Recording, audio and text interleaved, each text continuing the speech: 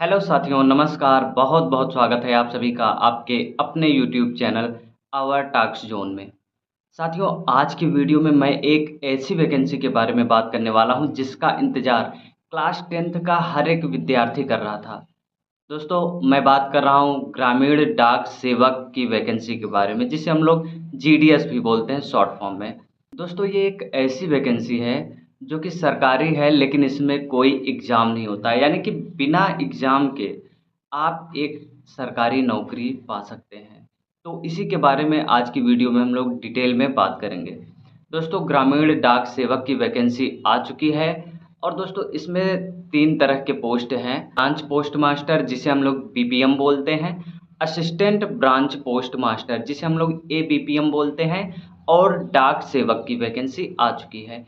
ये इसका official website है इंडिया पोस्ट GDS online.gov.in। इसी वेबसाइट पे जाके फॉर्म को फिल किया जाएगा और जो अन्य डिटेल हैं पहले उसको हम लोग समझ लेते हैं, उसके बाद आप लोग फॉर्म भरिएगा। रजिस्ट्रेशन जो स्टार्ट हुआ है वो हुआ है 15/7/2024 से। 15 जुलाई से फॉर्म फिल होना स्टार्ट हो गया है और ये फॉर्म भरा जाएगा 5/8/2024 तक। 5/8/2024 तक।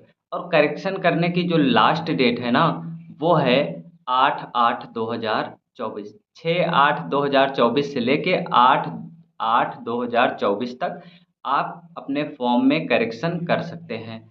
आगे बढ़ते हैं और अन्य डिटेल देखते हैं। एक बात और साथियों, जो एज काउंट किया जाएगा वो भी जो फॉर्म भरने की लास्ट डेट है उसी डेट से काउंट किया जाएगा, यानी 5/8/2024 से एज काउंट किया जाएगा। दोस्तों, ब्रांच पोस्ट मास्टर की जो सैलरी होने वाली है वो है 12,000 से लेकर के 29,380 रुपये। असिस्टेंट ब्रांच पोस्ट मास्टर और डाक सेवक की सैलरी की बात करें तो 10,000 से लेके 24,470 रुपये तक होगी। साथियों, इसमें केवल 4 घंटे काम करना है। ये जो वैकेंसी है जीडीएस की, इसमें जिसका भी सिलेक्शन होता है उसको केवल 4 घंटे काम करना है और अगर वो और घंटे काम करता है तो उसका उसे अलग से चार्ज दिया जाएगा।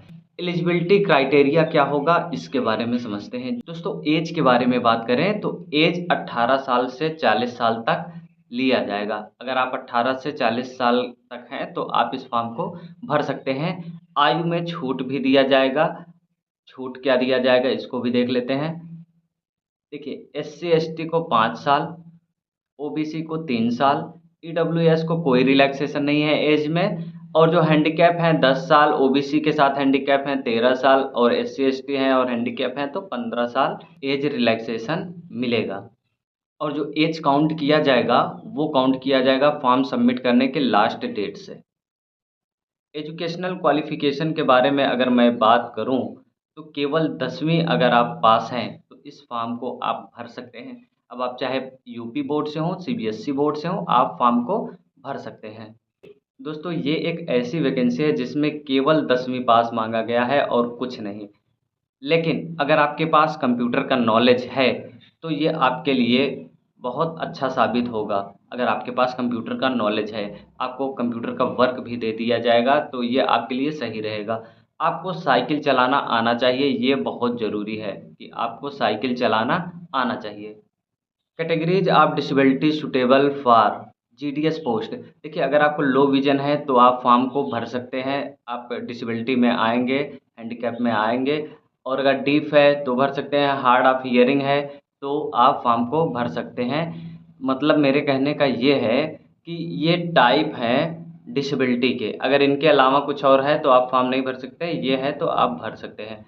और भी डिसेबिलिटी की क्राइटेरिया यहाँ पे दी गई है, वो आप देख लीजिएगा। ठीक है। अब सिलेक्शन क्राइटेरिया क्या होगा? The application will be short listed for engagement on the basis of A system generated merit list. System जैसा मेरिट लिस्ट जनरेट करेगी उसी हिसाब से शॉर्ट लिस्ट किया जाएगा स्टूडेंट को और उसी हिसाब से नौकरी मिलेगी। तो सबसे पहले आप फॉर्म को भरेंगे। फॉर्म को भरने के बाद आप लगातार वेबसाइट पे देखते रहिए मेरिट लिस्ट कब जारी हो रही है। आप उसमें फिर अपना नाम देखिए, या जो रजिस्ट्रेशन नंबर है या रोल नंबर है उसको आप देखिए। आपका नाम आता है तो आगे का प्रोसेस होगा। अब देखिए, जैसे जिनको CGPA मिला है, ग्रेड मिला है, CGPA मिला है, तो वो क्या करेंगे, जैसे परसेंटेज मोड होता है, CGPA मोड होता है, ठीक है। अब जैसे ग्रेड मिला है 10, ठीक, ग्रेड पॉइंट क्या है 10, तो आपको इसमें ये नहीं कि आप अपना पूरा नंबर कैलकुलेट करें और उसके बाद फिर उसमें परसेंटेज निकालें, फिर परसेंटेज निकाल के लिखें। आपको परसेंटेज निकाल के लिखने की ज़रूरत नहीं है। आपका जो ओवरऑल ग्रेड है, ठीक है, उसमें आप 9.5 का मल्टीप्लाई करेंगे तो जितना आएगा वो खुद ही ले लेगा, सिस्टम अपने आप ले लेगा। अगर आपका 9 है तो 9 में 9.5 का मल्टीप्लाई करेंगे, जो आएगा वही आपका परसेंटेज उसमें ले लेगा अपने आप। अगर जैसे 10 ग्रेड है और 9.5 का मल्टीप्लाई करेंगे तो ये 95 आएगा, मतलब 95% बनेगा। ओके, तो ये चीज़ें हैं, आपको खुद कैलकुलेट नहीं करना है, सिस्टम खुद ही कैलकुलेट करेगा। एक और जो सबसे इम्पोर्टेंट बात है दोस्तों कि आपको फॉर्म कहाँ से भरना है। तो जो आपका लोकल लैंग्वेज है, वो लोकल लैंग्वेज जहाँ जहाँ भी बोला जाता है, आप वहाँ से फॉर्म को फिल कर सकते हैं। जैसे अगर आप यूपी से हैं तो कंपलसरी है कि आपके 10th में हिंदी होगा ही होगा, तो ये कंपलसरी है, तो आप यूपी से फॉर्म भर सकते हैं। बिहार में भी हिंदी बोली जाती है और कॉमन सब्जेक्ट भी हिंदी है, तो आप वहाँ भी फॉर्म को भर सकते हैं। लेकिन मैं यही कहूँगा कि आप अपने स्टेट में फॉर्म को भरें, किसी और के स्टेट में जाके फॉर्म ना भरें। देखिए, जब मेरिट लिस्ट में आपका नाम आ जाएगा तो आपको फिजिकल वेरिफिकेशन के लिए बुलाया जाएगा, मतलब खुद डॉक्यूमेंट लेकर के बुलाया जाएगा। तो आपको क्या करना है, ओरिजिनल सेट भी लेके जाना है और फोटोकॉपी का 2 सेट बना के लेके जाना है, सेल्फ अटेस्टेड करके। क्या क्या लेके जाना है आपको, मार्कशीट, मार्कशीट लेके जाना है, सर्टिफिकेट है तो सर्टिफिकेट, अगर अलग से है तो सर्टिफिकेट भी लेके जाना है, एक ही में है तो वही लेके जाना है। आइडेंटिटी प्रूफ लेके जाना है, आधार पैन ये सब लेते जाइएगा जो भी हो आपके पास। अगर आप ओबीसी या एससी एसटी की कैटेगरी में आते हैं तो आप जाति प्रमाण पत्र भी लेके जाएंगे। जनरल में आते हैं तो आपको जाति प्रमाण पत्र की आवश्यकता नहीं है। जो स्टूडेंट विकलांग है वो अपना विकलांगता का सर्टिफिकेट भी लेके जाएंगे। ईडब्ल्यूएस वाले अपना सर्टिफिकेट लेके जाएंगे। ट्रांसजेंडर हैं तो उसका भी प्रूफ लेके जाना है। डेट ऑफ बर्थ का प्रूफ लेके जाना है, मतलब हाई स्कूल ही आपका डेट ऑफ बर्थ का प्रूफ हो जाता है। मेडिकल सर्टिफिकेट आपको बनवा लेना है किसी भी गवर्नमेंट हॉस्पिटल से। अगर आप सीएमओ से बनवाते हैं तो ये बहुत ही अच्छा होगा आपके लिए, वहाँ से आप बनवा लीजिएगा। इस फॉर्म को भरने के लिए सबसे पहले आपको इसकी वेबसाइट पे जाना है, इंडिया पोस्ट gdsonline.gov.in। इस पे जाके सबसे पहले आपको रजिस्ट्रेशन करना पड़ेगा। एक वीडियो मैं बनाऊंगा जिसमें मैं बता दूंगा कि आप किस तरीके से फॉर्म को फिल करेंगे, ताकि फॉर्म में कोई गलती ना हो और आपका फॉर्म रिजेक्ट ना हो। देखिए, रजिस्ट्रेशन के समय ये चीज़ें आपके पास ज़रूर होनी चाहिए, मोबाइल नंबर, ईमेल आईडी, आधार नंबर और हाई स्कूल का डिटेल। ये सारी चीज़ें आपके पास ज़रूर होनी चाहिए। और स्कैन्ड फ़ोटो, फ़ोटो 50 केबी से अधिक ना हो और सिग्नेचर ये 20 केबी से अधिक ना हो। जेपीजी में होगा तो एक्सेप्ट कर लेगा। अब फीस कितनी लगेगी इस फॉर्म को भरने में, अगर आप जनरल या ओबीसी की कैटेगरी में आते हैं तो 100 रुपये आपको फ़ीस पे करना पड़ेगा। और दोस्तों, सभी फीमेल के लिए ये फ्री है, फीमेल से कोई पैसा नहीं लिया जाएगा। लेकिन आप मेल की कैटेगरी में आते हैं और ओबीसी हैं या जनरल हैं तो आपको 100 रुपये फ़ीस पे करना है। एससी एसटी और हैंडीकैप के लिए भी कोई फ़ीस पेमेंट यहाँ पे नहीं लिया जाएगा, कोई फ़ीस नहीं लिया जाएगा। देखिए दोस्तों, जहाँ जहाँ भी हिंदी बोली जाती है वहाँ से आप इस फॉर्म को भर सकते हैं। बिहार से भी भर सकते हैं, छत्तीसगढ़ से, दिल्ली से, हरियाणा से भर सकते हैं। लेकिन देखिए, आपके हाई स्कूल में अगर हिंदी है तो जहाँ जहाँ भी हिंदी बोली जाती है आप वहाँ से फॉर्म को भर सकते हैं। लेकिन मेरे भाई, मैं यही सजेस्ट करूँगा कि आप अपने स्टेट से फॉर्म को भरें। ऑल इंडिया की ये वैकेंसी है, इंडिया का कोई भी नागरिक भर सकता है। लेकिन आप कहाँ से भरेंगे, अपने स्टेट से। दोस्तों, अभी हम आ चुके हैं जीडीएस की वेबसाइट पे, इंडिया पोस्ट जीडीएस की वेबसाइट पे।